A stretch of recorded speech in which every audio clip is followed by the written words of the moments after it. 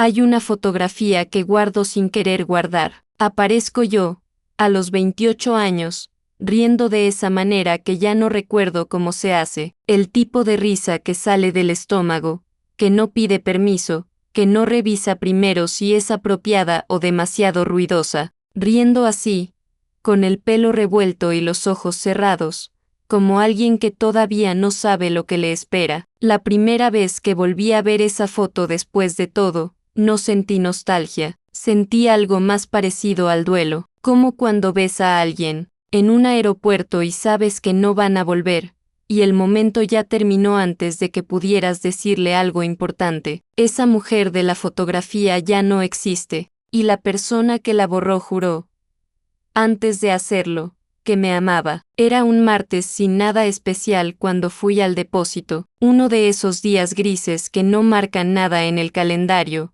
que no tienen nombre, que simplemente ocurren porque el tiempo no sabe detenerse aunque tú sí lo hayas hecho. Llevaba 2 años sin abrir esas cajas, 2 años pagando el alquiler mensual de ese cuarto pequeño y metálico donde guardé todo lo que no sabía si quería conservar o si me faltaba valor para tirar. Entré con las llaves en la mano y el abrigo, todavía puesto porque hacía frío, o porque necesitaba algo que me cubriera, no sé bien cuál de las dos cosas. Las cajas seguían exactamente donde las dejé. Eso me golpeó de una manera que no esperaba. El mundo había cambiado tanto en esos 2 años, yo había cambiado tanto, y sin embargo esas cajas seguían ahí, quietas, fieles a sí mismas de una forma que me resultó casi insultante, como si el tiempo no les importara, como si pudieran esperar para siempre. Me senté en el suelo, no en una silla, no apoyada contra la pared, en el suelo frío, con el abrigo puesto, rodeada de cartón y silencio. Abrí la primera caja casi sin pensar, con ese tipo de movimiento automático que tiene el cuerpo cuando la mente todavía no ha decidido si está lista. Había libros que ya no recordaba haber leído, cables de dispositivos que ya no existen, una taza con el asa rota que guardé porque alguien me dijo una vez que las cosas rotas siguen siendo útiles si sabes cómo sostenerlas. Y entonces la encontré, la fotografía, yo, a los 28 años, riendo. La sostuve con las 2 manos durante un momento que no supe medir. No lloré, eso es lo que más me sorprendió de mí misma, que no lloré. Hacía mucho tiempo que mi cuerpo había aprendido a procesar el dolor de otra manera, de una manera más silenciosa, más interior, como el agua que no desborda sino que se filtra despacio hasta que un día el suelo ya no aguanta más. Le di la vuelta a la fotografía, la puse boca abajo sobre la caja, y seguí buscando. Fue en la tercera caja donde lo encontré, un sobre, blanco, sin remitente, con mi nombre escrito a mano en tinta azul. La letra era de Camila. La reconocí de inmediato aunque llevaba más de 1 año sin verla, aunque habíamos terminado de la manera en que terminan las amistades cuando alguien te convence de que tus propios afectos son un problema, despacio, sin pelea, con la anestesia de la distancia. El sobre estaba cerrado, sellado, intacto, nunca lo había abierto. Lo había recibido el día que me fui. Entre las pocas cosas que mi madre me entregó sin preguntas, con esa sabiduría silenciosa que tienen las madres que han aprendido a esperar el momento correcto, y yo lo había tomado, lo había metido entre mis cosas, y no había podido, no había tenido el valor, o la energía, o quizás simplemente no había tenido suficiente yo misma como para leer las palabras de alguien que me conocía de verdad. Porque eso también te pasa, cuando alguien pasa suficiente tiempo reescribiendo quién eres, llega un momento en que la versión de ti que guardan las personas que te quieren se vuelve casi insoportable de ver. Es más fácil alejarte de los espejos que te devuelven tu propio reflejo que enfrentarte a la distancia entre quién eras y quién te has convertido. Me quedé mirando el sobre, lo puse dentro del bolsillo del abrigo, cerca del pecho, como si necesitara que estuviera cerca pero no todavía abierto. Todavía no. Cerré las cajas, apagué la luz, cerré el depósito con llave, caminé hasta el coche, me senté dentro, y no arranqué, simplemente estuve ahí, con el sobre en el bolsillo y la fotografía boca abajo dentro de la caja y el frío, pegado al cristal, pensando en una cosa que tardé mucho tiempo en poder decir en voz alta. El problema no fue que me mintió, el problema fue que yo llegué a creerle más a él que a mí misma, que hubo un momento exacto que no supe identificar hasta mucho después, en el que empecé a tomar sus palabras como si fueran más reales que mis propias sensaciones, como si él tuviera acceso a una versión más verdadera de mí que la que yo podía percibir desde adentro, y desde ese momento, todo lo demás fue solamente consecuencia. Para entender cómo llegué a ese suelo frío, a ese sobre sin abrir, a esa fotografía que no reconocía, tengo que llevarte a antes, a cuando todavía no sabía que había cosas que perder, a cuando tenía 28 años y reía con el estómago y no revisaba si era demasiado, a cuando lo conocía a él, y todo parecía, por primera vez en mucho tiempo, exactamente lo que necesitaba. Antes de él, yo tenía una vida que era mía, no perfecta, no espectacular, pero mía, completamente mía, con sus bordes irregulares y sus horas libres y sus pequeñas certezas que nadie me había dado porque nadie me las había tenido que dar. Me las había construido yo sola, despacio, como se construyen las cosas que duran. Tenía 28 años y trabajaba como diseñadora gráfica desde el cuarto de mi apartamento, con la ventana abierta aunque hiciera frío porque necesitaba escuchar la calle mientras trabajaba. Tenía clientes que confiaban en mí, proyectos que me emocionaban, y esa sensación particular de los domingos por la tarde cuando terminabas algo que habías empezado desde cero y podías mirarlo y decir, esto lo hice yo, esto no existía antes de que yo llegara. Pintaba también, no para vender, no para mostrar, sino porque había algo en el acto de poner color sobre una superficie en blanco que me ordenaba por dentro cuando todo lo demás se sentía confuso. Mi madre me había enseñado a pintar cuando era niña, sentadas las dos en la cocina con periódicos viejos cubriendo la mesa, y aunque mi estilo había cambiado con los años, ese origen seguía estando ahí, en cada pincelada, como una firma que no necesitaba escribirse. Tenía a Camila, la conocía desde los 16 años, desde cuando las dos éramos demasiado intensas para encajar fácilmente en cualquier grupo, y eso nos había unido con la fuerza particular de las personas que se encuentran en los márgenes. Camila era enfermera, directa hasta el punto de incomodar a veces, con una risa enorme y una capacidad para decir la verdad sin crueldad que yo siempre había admirado sin terminar de aprender. Y tenía a mi madre, que vivía a 40 minutos en metro, que me llamaba los miércoles por la noche sin falta, que guardaba en su refrigerador siempre algo que yo pudiera comer cuando aparecía sin avisar, porque sabía que yo aparecía sin avisar cuando algo me pesaba demasiado para cargarlo sola. Era una vida pequeña en tamaño y grande en textura, una vida con raíces. Eso soy importante que entiendas. No era una persona sin suelo, no era alguien que estaba esperando que llegara alguien a darle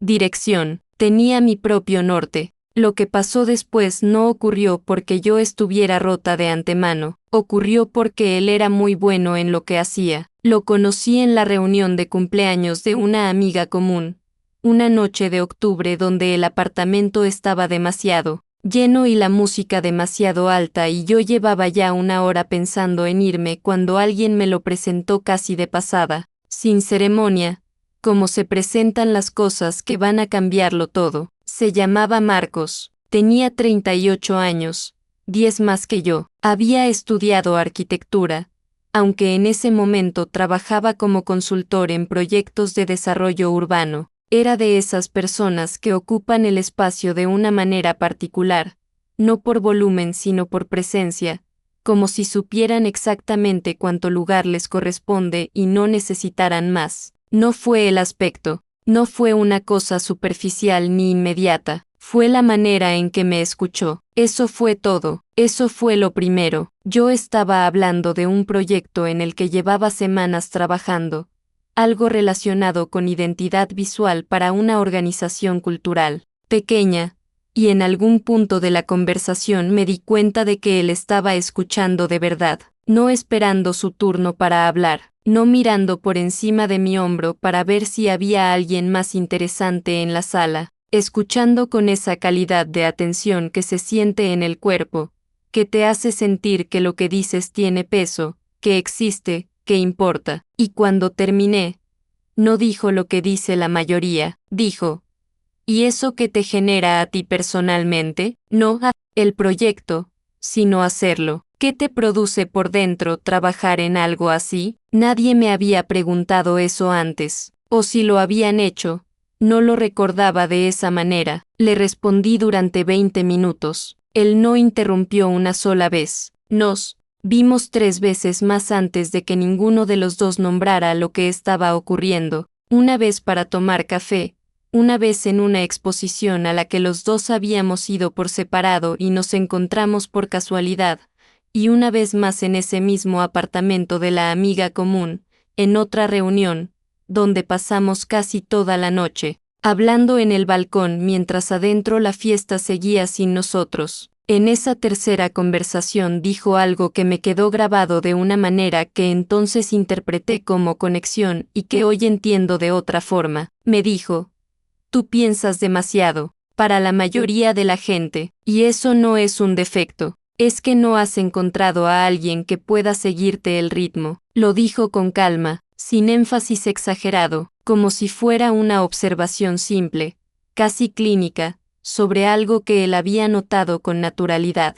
Y yo, que llevaba años sintiéndome ligeramente fuera de lugar en mis propias conversaciones, que había aprendido a moderar mi intensidad para no incomodar, que guardaba las preguntas más profundas para el cuaderno que nadie leía, yo escuché eso y algo dentro de mí se relajó de una manera que no había sentido en mucho tiempo. Alguien me veía, eso fue lo que pensé, alguien finalmente me estaba viendo. La relación creció despacio, y eso también me pareció una señal de algo. Bueno, no hubo urgencia exagerada, no hubo presión, no hubo esa intensidad abrumadora que a veces confundimos con pasión y que en realidad es otra cosa. Todo fue gradual, espaciado, construido con una paciencia que yo leí como madurez y como respeto. Él no pedía más de lo que yo ofrecía, esperaba, y esa espera se sentía como cuidado. Mi madre lo conoció a los 4 meses, lo recibió con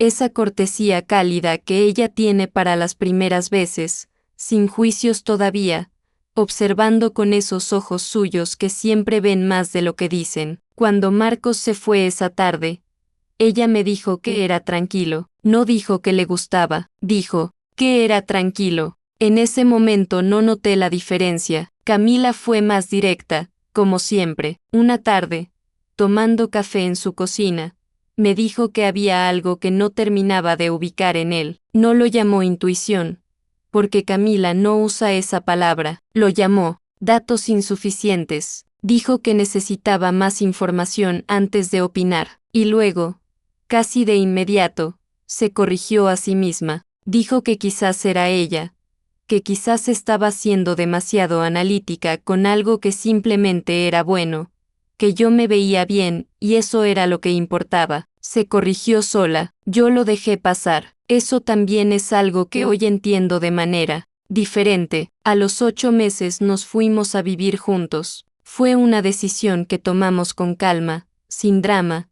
con esa racionalidad ordenada que Marcos traía a todas las conversaciones importantes. Hicimos listas, hablamos de espacios y de hábitos y de cómo íbamos a manejar el trabajo desde casa porque los dos teníamos proyectos propios. Fue una conversación adulta, práctica, sensata, y sin embargo, esa noche, sola mientras él dormía, yo miré el techo durante un buen rato con una sensación que no supe nombrar. No era miedo exactamente, no era duda, era algo más parecido a una pregunta que no terminaba de formularse, que se quedaba a la mitad, suspendida. La ignoré. Me dije que era normal sentir algo antes de un cambio grande. Me dije que el amor no siempre se sentía como certeza pura, que a veces también se sentía como vértigo. Me convencí sola antes de que nadie tuviera que hacerlo. Y eso, también, fue parte de cómo empezó todo, porque cuando nos mudamos juntos, algo cambió, tan despacio que al principio no lo vi, tan suavemente que cuando empecé a notarlo, ya llevaba suficiente tiempo ocurriendo como para que me resultara difícil saber dónde había comenzado, y ese es el tipo de cambio más difícil de nombrar, no el que llega de golpe y te rompe, sino el que llega despacio, con paciencia, con una gentileza que confundes con amor, hasta que un día te despiertas y ya no recuerdas quién eras antes de que él llegara. No hubo un momento exacto en que todo cambió, eso es lo primero que necesito decir, porque durante mucho tiempo busqué ese momento, lo busqué como se busca el origen de una grieta en la pared, siguiendo la línea hacia atrás, intentando encontrar el punto donde comenzó todo, pero no había un punto, había una dirección, un rumbo sostenido, gradual, aplicado con una consistencia, que solo pude ver cuando ya llevaba demasiado tiempo caminando en esa dirección. Las primeras semanas viviendo juntos fueron buenas, o al menos eso recuerdo, aunque hoy no sé con exactitud cuánto de ese recuerdo es real y cuánto es la versión que me construí para que todo tuviera sentido. Había algo cómodo en compartir el espacio con alguien que era ordenado, predecible, que no generaba caos. Después de años viviendo sola con mi propio desorden creativo, la estabilidad de Marcos se sentía como descanso, pero el descanso y la quietud no son siempre la misma cosa. La quietud puede ser paz, o puede ser la ausencia de algo que debería estar ahí. Empezó con las observaciones pequeñas, no críticas, nunca las llamaría críticas, porque no llegaban con ese tono, llegaban envueltas en algo que parecía preocupación, o curiosidad, o simplemente conversación. Una tarde yo estaba terminando un proyecto para un cliente nuevo, satisfecha con el resultado, y se lo mostré con esa energía particular que tenía cuando algo me salía bien. Él lo miró durante un momento, asintió, y dijo, es interesante, aunque me pregunto si el cliente esperaba algo un poco más convencional. Tú a veces te vas mucho hacia lo experimental. No dijo que estaba mal, no dijo que no le gustaba, solo plantó una pregunta, una semilla pequeña de duda en un suelo que hasta ese momento había sido firme. Mandé el proyecto, el cliente quedó encantado, pero la semilla ya estaba ahí, y eso se repitió, de maneras distintas, con intervalos distintos, pero con una regularidad, que solo reconocí mucho después. Cuando yo llegaba con entusiasmo sobre algo, él encontraba la manera de introducir una perspectiva que lo relativizaba, nunca con crueldad, siempre con esa calma suya, con esa voz que sonaba a razonamiento adulto, a madurez, a alguien que simplemente veía las cosas con más distancia que yo, y poco a poco, sin darme cuenta, empecé a filtrar mis propios entusiasmos antes de compartirlos. Empecé a revisar lo que sentía antes de expresarlo, a preguntarme si lo que estaba a punto de decir resistiría su perspectiva, si tenía suficiente argumento para sostenerlo. Dejé de hablar desde el impulso, empecé a hablar desde la defensa. El proyecto de viaje llegó en el otoño del segundo año. Una agencia cultural en otra ciudad me ofreció un contrato de 3 meses para liderar el rediseño completo de su identidad visual. Era el tipo de proyecto que había esperado durante años, el tipo de oportunidad que no se rechaza, que no se pospone, que se toma con las 2 manos porque sabes que si la dejas pasar no regresa de la misma manera. Se lo conté a Marcos una noche, después de cenar, con el correo todavía abierto en la pantalla, con esa mezcla de emoción y nerviosismo que producen las cosas grandes. Él me escuchó, asintió, y luego no dijo nada durante un momento que se extendió más de lo cómodo. Le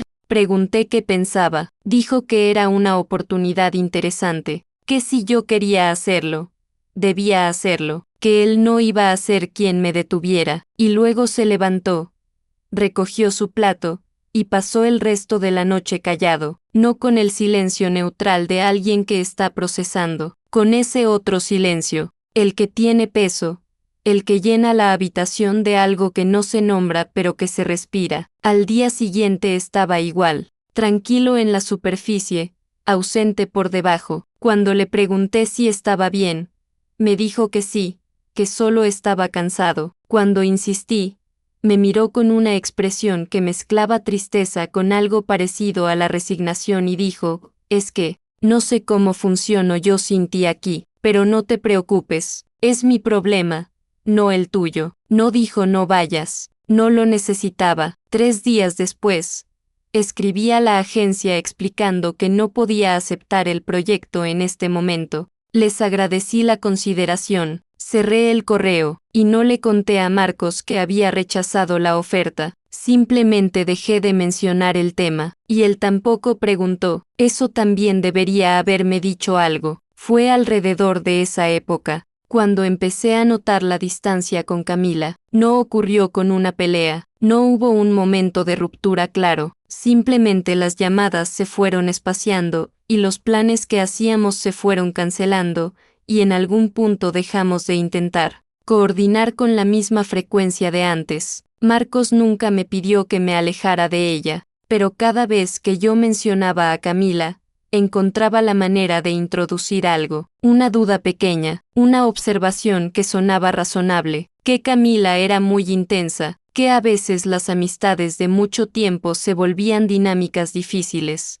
de cuestionar, que quizás yo había cambiado y ella no había cambiado al mismo ritmo, que era normal que las relaciones evolucionaran, todo dicho con cuidado, con la apariencia de alguien que simplemente reflexiona en voz alta, y yo, que tenía el suelo cada vez menos firme, que ya no confiaba del todo en mis propias lecturas de las situaciones, empecé a ver a Camila con esa pequeña distancia que él había instalado. Empecé a recordar momentos de nuestra amistad a través de sus interpretaciones. Empecé a preguntarme si lo que yo había llamado franqueza en ella era en realidad juicio, si lo que yo había llamado lealtad era en realidad dependencia. 14 meses. Eso fue lo que tardé en pasar de hablar con Camila cada semana a no hablar con ella en absoluto. 14 meses de erosión tan suave que nunca la sentí como pérdida hasta que ya era demasiado tarde para no serlo. Hubo una noche que,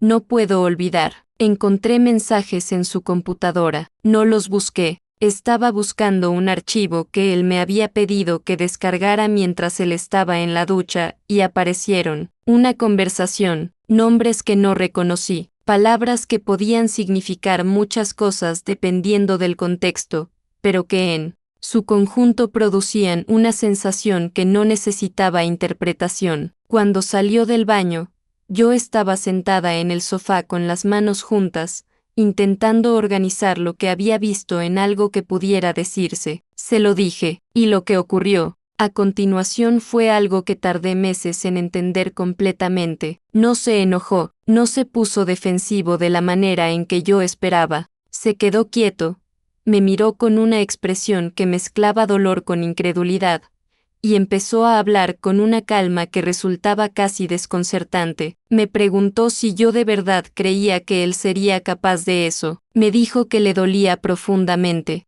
que yo pudiera pensar eso de él. Me habló de la confianza como fundamento de cualquier relación, de lo que significaba para él que yo dudara después de todo lo que habían construido juntos. No levantó la voz, no una sola vez, y al final de esa conversación, que duró casi 2 horas, yo estaba disculpándome. No sé exactamente en qué momento de esas 2 horas cruzamos de él explicando a yo pidiendo perdón. No hubo un giro visible, fue como el agua que cambia de temperatura sin que puedas señalar el momento exacto en que dejó de estar fría. Aceptó la disculpa después de un silencio largo, con generosidad.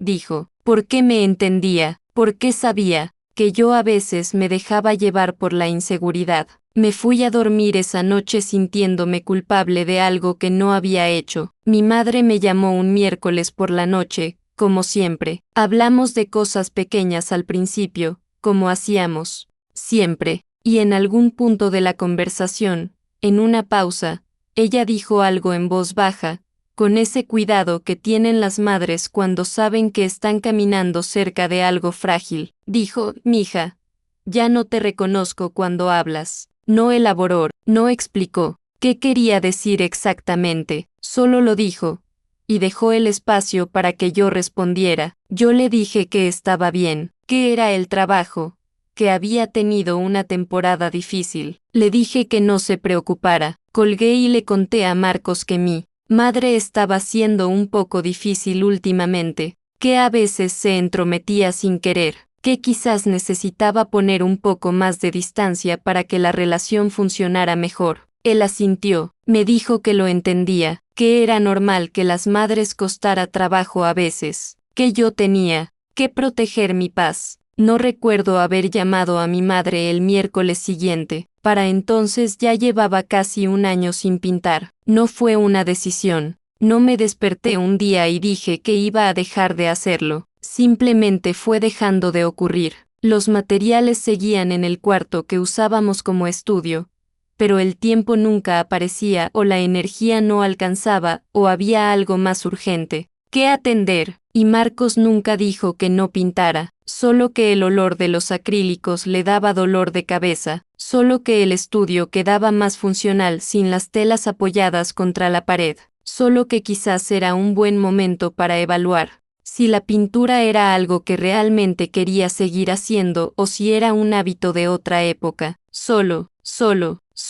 cada cosa dicha una sola vez. Nunca repetida, nunca insistida, pero acumulada. No sé identificar el día exacto en que me perdí a mí misma. Eso es lo más honesto que puedo decir. Sé que para el tercer año de vivir juntos, yo era una versión de mí misma que no habría reconocido la mujer de la fotografía. Tenía menos clientes porque había dejado de buscar proyectos nuevos. Tenía menos voz porque había aprendido que mis primeras lecturas de las situaciones no eran confiables. Tenía una ansiedad constante, de fondo, como estática, que había empezado a asumir como parte de mi personalidad, como algo que siempre había estado ahí y que simplemente ahora era más visible. Marcos me sugirió ir a terapia. Con genuina preocupación en el rostro, dijo que quería que yo estuviera bien, que veía que algo me pesaba, que merecía tener apoyo profesional. Le conté a la terapeuta sobre mi ansiedad, sobre mi dificultad para concentrarme, sobre la sensación de estar siempre ligeramente fuera de mí misma. No le hablé de Marcos en las primeras sesiones, no porque lo ocultara conscientemente, sino porque no lo veía como parte del problema. Eso también era parte del problema. El martes, que lo cambió todo, no tuvo nada de especial en la superficie. Marcos había salido temprano. Yo estaba sola en el apartamento, con el café todavía caliente y la mañana todavía quieta, y me senté frente a la computadora para escribir un mensaje de cumpleaños a una prima que vivía en otra ciudad. Algo simple, unas líneas afectuosas, un recuerdo compartido, el tipo de mensaje que se escribe en 5 minutos sin pensarlo demasiado. Me quedé mirando la pantalla durante 40 minutos. No encontraba las palabras, no encontraba el tono, no encontraba la voz. Escribía una línea, y la borraba, escribía otra y no sonaba a mí, sonaba a nadie. Sonaba a un espacio en blanco con puntuación, y en ese momento, sentada frente a ese mensaje sin terminar, ocurrió algo que no puedo describir exactamente como un pensamiento porque fue más físico que eso. Fue una comprensión que llegó al cuerpo antes que a la mente, la comprensión de que no sabía cómo sonaba mi propia voz, de que llevaba tanto tiempo pasando mis palabras por un filtro que ya no recordaba que quedaba antes del filtro. No lloré, simplemente estuve ahí, con esa verdad, durante un momento que no supe medir. Y luego tomé el teléfono y marqué el número de Camila. No sabía qué iba a decir, no tenía un plan, no había preparado una explicación para el silencio de 14 meses ni una justificación para el alejamiento ni una manera ordenada de comenzar. Solo sabía que necesitaba escuchar la voz de alguien que me conocía desde antes. alguien que tuviera memoria de la mujer que yo había sido, alguien que pudiera decirme, aunque fuera con su sola presencia en la línea, que esa mujer había existido de verdad. El teléfono sonó 2 veces. Camila contestó. Camila no preguntó dónde había estado. Eso fue lo primero que me rompió. Aunque romperse no es exactamente la palabra correcta, fue más como aflojarse, como cuando llevas tanto tiempo con los hombros tensos que ya no recuerdas que los tienes tensos, y de repente algo cede, y el dolor que sientes en ese momento no es nuevo sino antiguo, es el dolor de todo el tiempo que estuviste cargando sin saberlo. No preguntó dónde había estado, no preguntó por qué había tardado 14 meses, no preguntó nada, solo dijo mi nombre, con esa manera suya de decirlo que no había cambiado desde los 16 años, y esperó, y yo, que había marcado su número sin saber qué iba a decir, que no tenía preparada ninguna explicación, que llevaba 40 minutos sin poder escribir un mensaje de cumpleaños de 5 líneas. Abrí la boca y lo único que salió fue, Camila, ya no sé cómo sueno. Hubo un silencio breve, y luego ella dijo, yo sí me acuerdo cómo suenas. Y estoy aquí. Hablamos durante mucho tiempo esa mañana. Al principio yo hablaba en círculos, como alguien que ha olvidado cómo caminar en línea recta y necesita recuperar el ritmo poco a poco. Le contaba cosas y a la mitad las relativizaba. Empezaba una oración y antes de terminarla ya la estaba corrigiendo, ya estaba ofreciendo la perspectiva contraria, ya estaba haciendo lo que había aprendido a hacer, desconfiar de mi propia versión antes de que alguien más pudiera cuestionarla. Camila me dejaba terminar, no interrumpía, pero en algún punto dijo algo que me detuvo en seco. Dijo, ¿sabes que llevas 20 minutos disculpándote por lo que sientes? No lo había notado, no me había dado cuenta de que cada vez que expresaba algo, inmediatamente añadía un pero, un quizás, un puede que yo esté exagerando. Lo hacía de manera automática, como respirar, como algo que el cuerpo había incorporado sin consultar a la mente. Me quedé callada, y Camila, con esa voz suya que sabe cuándo ser directa y cuándo ser suave, eligió ser las dos cosas al mismo tiempo y dijo, Valentina, necesito contarte algo, algo que debí haberte dicho hace mucho tiempo y no tuve el valor de decir, y necesito que me escuches hasta el final antes de responder. Lo que me contó no llegó de golpe, llegó con cuidado, pieza por pieza, con esa precisión de alguien que ha ordenado la información muchas veces en su cabeza, que ha ensayado cómo decirla, que sabe que las palabras van a pesar y quiere que caigan en el lugar correcto. Me dijo que antes de que Marcos y yo nos mudáramos juntos, algo la había inquietado de una manera que no había sabido nombrar en ese momento, una incomodidad que no tenía forma todavía, solo dirección, y que esa incomodidad la había llevado a buscar, con la cautela de alguien que no quiere encontrar lo que teme encontrar. Lo que encontró fueron 2 nombres, 2 mujeres que habían estado con Marcos antes que yo. No fue difícil encontrarlas, dijo, porque los patrones dejan rastros aunque nadie los haya documentado con esa intención. Foros de una ciudad donde él había vivido antes, comentarios en grupos privados, el tipo de conversaciones que las personas tienen cuando necesitan procesar algo que no saben cómo llamar todavía. Las 2 historias eran distintas en sus detalles, distintas en duración, en circunstancias, en los años en que habían ocurrido, pero tenían una arquitectura común que resultaba imposible ignorar una vez que la veías. Las 2 mujeres habían entrado a esas relaciones siendo personas completas, con vidas propias, con redes de afecto, con trabajos que les importaban, y las 2 habían salido disminuidas, no destruidas de manera visible, sino reducidas, más pequeñas que antes, con una desconfianza nueva en sí mismas que antes no existía. Una había necesitado hospitalización por una crisis de ansiedad severa, la otra había dejado su país. Las 2, cuando podían encontrarse en redes sociales, habían borrado casi todo rastro de ese periodo de sus vidas. como si hubiera necesario blanquear esos años para poder seguir. Camila me dijo todo esto con la voz firme de alguien que sabe que la información duele pero que el silencio ha dolido más. Y luego llegó la parte que no esperaba. Me dijo que 6 meses atrás, Marcos había ido a verla, solo, sin decirme nada. Había aparecido en el hospital donde ella trabajaba. Había esperado a que terminara su turno, y la había abordado en el estacionamiento con esa calma suya que yo conocía tan bien y que de repente, escuchando esto, adquiría un significado completamente diferente. Le había dicho que estaba preocupado por mí, que mi salud mental había sido frágil antes de que nos conociéramos, que había episodios de los que yo no hablaba abiertamente pero que él había observado, que no sabía cómo manejar la situación y que pensaba que quizás Camila, como mi amiga más cercana, debería estar al tanto. Lo dijo con la misma preocupación genuina con la que me había sugerido ir a terapia, con el mismo tono de alguien que simplemente quiere lo mejor para todos. Camila me dijo que en ese momento algo en ella se había tensado de una manera que no supo interpretar de inmediato, que había escuchado todo lo que Marcos decía y que había algo en la estructura de esa conversación,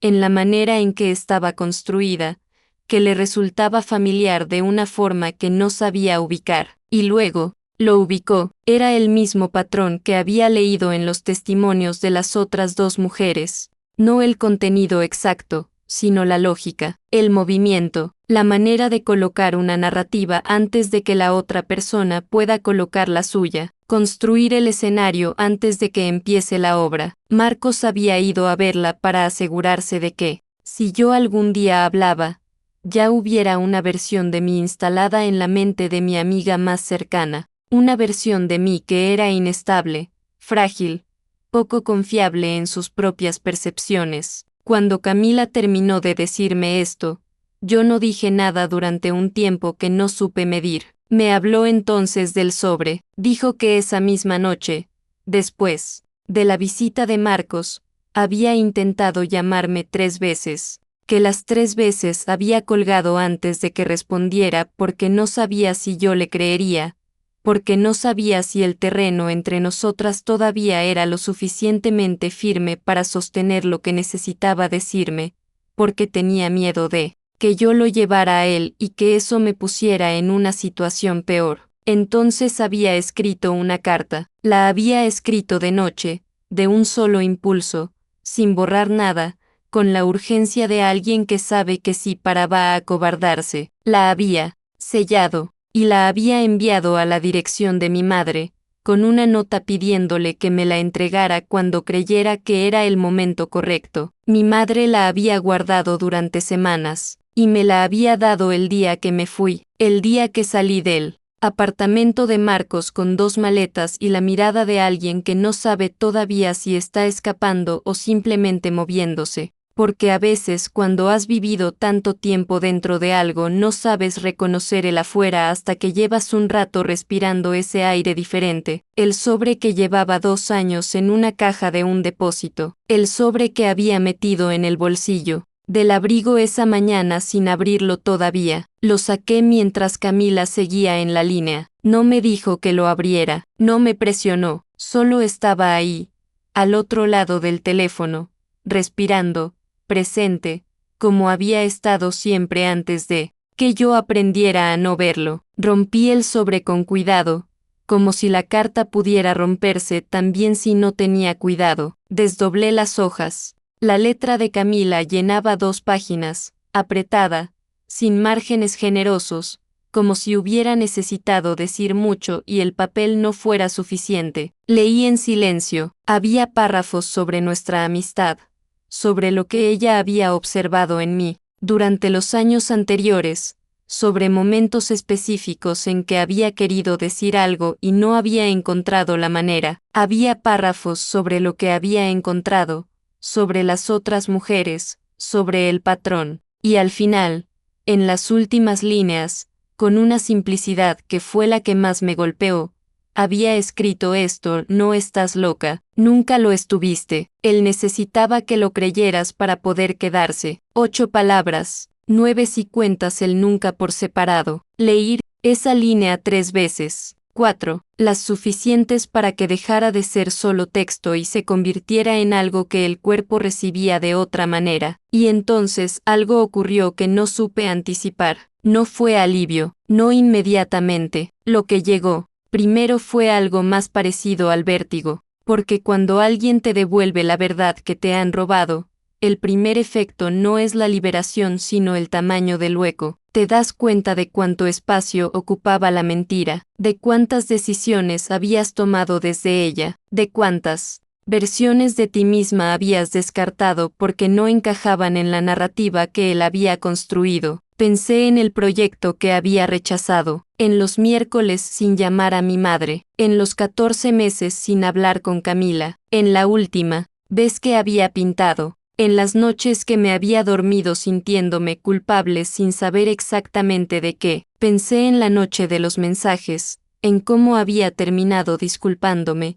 y entendí por primera vez lo que había ocurrido en esa conversación de 2 horas. No había sido una discusión, había sido una operación, precisa, calculada, ejecutada con una calma que ahora reconocía como entrenamiento, no como temperamento. No sentí rabia en ese momento. Eso me sorprendió. Esperaba rabia y lo que llegó fue algo más parecido a la tristeza profunda de entender que alguien que juró amarte invirtió más energía en borrarte que en conocerte, que la atención que yo había interpretado como amor era en realidad cartografía, que mientras yo creía que me veía, en realidad me estaba midiendo. Camila seguía en la línea, no dijo nada, esperó, y yo, con la carta todavía en la mano, con la voz de alguien que está aprendiendo a respirar desde el principio, le dije, ¿por qué no me lo dijiste antes? Ella tardó un momento, y luego dijo, porque tenía miedo de perderte, y lo perdí igual. No hubo confrontación con Marcos. Necesito decir eso claramente porque sé que hay una parte de quien escucha esto que espera ese momento, la escena donde ella lo enfrenta, donde él confiesa o niega, donde hay algo que se cierra, con un portazo o con una verdad dicha a la cara. No ocurrió así. Lo que ocurrió fue más silencioso y más definitivo que cualquier confrontación. Ocurrió en el interior, en ese espacio donde las personas deciden cosas que nadie más puede ver todavía, una decisión que no necesitaba su presencia para ser real, una decisión que era completamente mía, que no pasó por ningún filtro, que no esperó su perspectiva ni su reencuadre ni su calma calculada. Cuando colgué con Camila esa tarde, ya sabía lo que iba a hacer, no porque la carta me lo dijera, no porque Camila me lo dijera, sino porque por primera vez en mucho tiempo, me había escuchado a mí misma hasta el final, sin interrumpirme, sin corregirme, sin preguntarme si tenía suficiente argumento para sostener lo que sentía, y lo que sentía era claro, era hora de salir, no con dramatismo, no con ruido, sino con la quietud firme de alguien que finalmente ha recordado que tiene piernas propias y que sabe, aunque le tiemblen, usarlas. Lo que vendría después no sería fácil, eso también lo sabía. Reconstruir no es menos trabajo que construir, y a veces es más doloroso porque tienes que despejar primero el terreno, quitar los escombros de lo que fue, aprender a distinguir que era tuyo y que te habían puesto encima sin pedirte permiso. Pero eso vendría después. Primero tenía que salir, y eso, por fin, era algo que podía hacer sola. Salir fue más silencioso de lo que imaginé. No hubo escena, no hubo palabras grandes ni puertas que se cerraran con el peso simbólico que uno espera de los finales importantes. Esperé un día en que Marcos tenía reuniones fuera, hice 2 maletas con lo que era claramente mío y me fui. Dejé las llaves sobre la mesa de la entrada. Dejé también algunas cosas que eran mías porque llevarlas habría requerido más viajes y yo necesitaba que fuera rápido. Necesitaba que el cuerpo no tuviera tiempo de dudar mientras la mente ya había decidido. Mi madre abrió la puerta sin preguntar nada, me dejó entrar, me dejó dejar las maletas en el pasillo, me preparó algo caliente que yo no pedí pero que recibí con las dos manos, y se sentó a mi lado en silencio durante un tiempo que no me di. No dijo te lo dije, no dijo, ya lo sabía, no dijo nada que comenzara con ella y terminara con tener razón, solo estuvo ahí, que era todo lo que yo necesitaba y más de lo que me había permitido necesitar en mucho tiempo. Los primeros meses fueron extraños de una manera que no esperaba. Esperaba tristeza, esperaba extrañar, y las dos cosas llegaron, pero llegaron, mezcladas con algo más difícil de nombrar. Algo que tardé semanas en identificar. Era desorientación, la desorientación particular de alguien que ha vivido tanto tiempo dentro de una estructura externa que cuando esa estructura desaparece, el cuerpo no sabe inmediatamente cómo sostenerse solo. Me descubrí esperando correcciones que no llegaban, formulando pensamientos y luego buscando instintivamente la validación o la invalidación de alguien que ya no estaba, tomando decisiones pequeñas, qué comer, qué hacer por la tarde, si llamar o no llamar a alguien, y quedándome paralizada, frente a ellas durante más tiempo del que tenían sentido porque había olvidado que podía tomarlas sin consultar, sin anticipar la respuesta, sin calcular el silencio que vendría después. La terapeuta lo llamó hipervigilancia. Dijo que era una respuesta normal de un sistema nervioso que había aprendido a estar siempre en alerta, que el cuerpo tarda más que la mente en creer que el peligro ha pasado, que había que tener paciencia con ese desfase,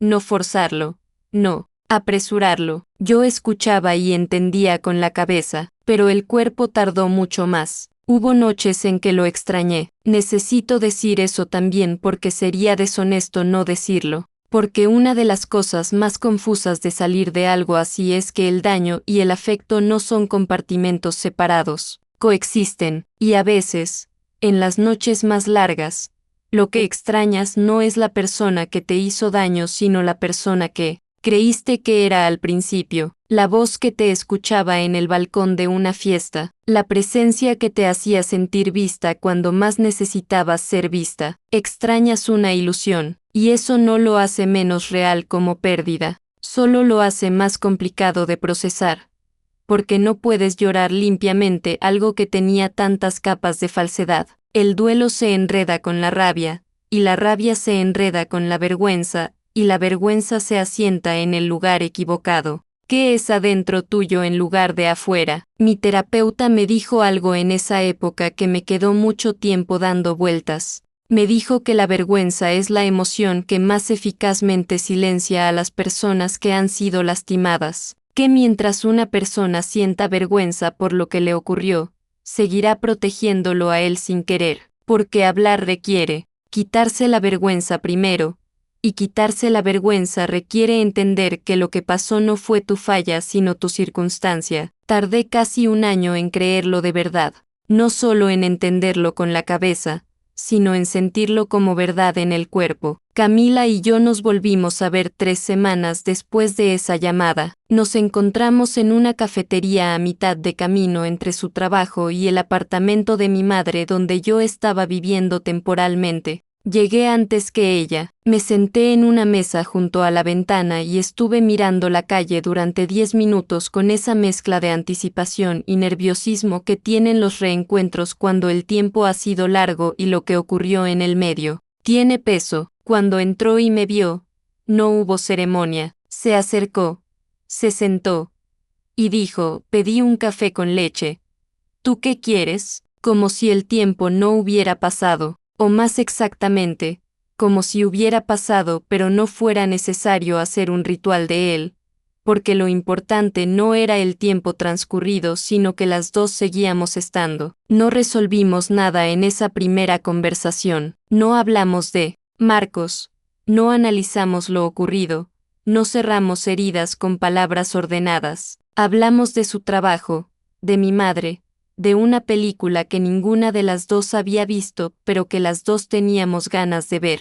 Hablamos de cosas pequeñas con la comodidad de las personas que saben que las cosas grandes siguen ahí y que habrá tiempo para ellas, que no necesitan caber todas en un mismo martes por la tarde. Cuando nos despedimos afuera de la cafetería, con el frío pegado a los abrigos, Camila me dio un abrazo que duró más de lo habitual. No dijo nada, yo tampoco, pero mientras caminaba hacia el metro sola, sentí algo que no había sentido en mucho tiempo, algo tan simple que casi daba vergüenza nombrarlo. Me sentí acompañada, volví a pintar a los 7 meses. No fue una decisión planeada, no me desperté un día con la determinación de retomar algo que había dejado. Fue más orgánico que eso, más accidental. Estaba en casa de mi madre un domingo por la tarde, ella cocinando en la cocina, yo sin nada particular que hacer, y encontré en un cajón del cuarto donde dormía de niña una caja de acrílicos viejos que habían sobrevivido todos los años sin ser tirados porque mi madre tira pocas cosas que tengan historia. Saqué la caja, busqué papel, me senté en la mesa de la cocina, con periódicos viejos cubriendo la superficie como cuando tenía 10 años, y puse color sobre papel sin plan, sin resultado esperado, sin nadie observando. Mi madre cocinó a mi lado durante 1 hora sin decir nada sobre lo que yo estaba haciendo. Solo en un momento, pasando detrás de mí para alcanzar algo, se detuvo un segundo y miró lo que había sobre el papel, y dijo, en voz baja, casi para ella misma, ahí estás. 2 palabras.